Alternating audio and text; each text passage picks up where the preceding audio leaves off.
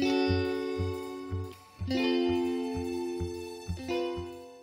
the center's mission is to end chronic homelessness in Hollywood through collaborating with a network of providers here in the Hollywood community called Hollywood Forward. Hollywood Forward has no board, it has no budget, it is not an organization, it's simply a coalition of people who are willing to continue sitting around the table together, meeting together, and figuring out how to address homelessness in our community. The way that this system has worked in the past is that there was this, what looked like a maze if I drew a map. It was all but impossible for someone who, for instance, has a serious mental illness and is homeless to try to navigate on their own.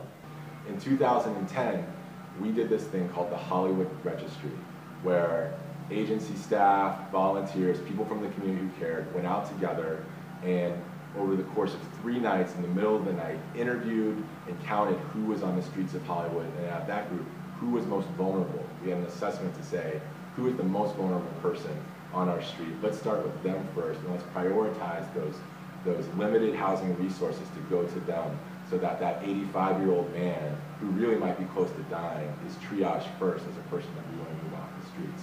When they did that, they identified about 550 people who were vulnerable. Since that time, since 2010, over 225 of them have been moved off the street and into housing.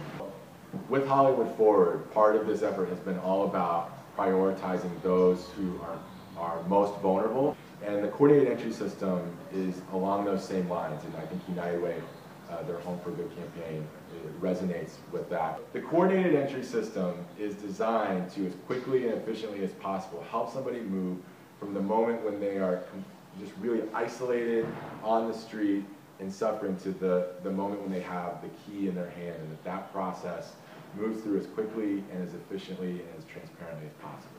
We think that in the next 3 years, it's incredibly feasible that we could all eliminate chronic homelessness here in the Hollywood community.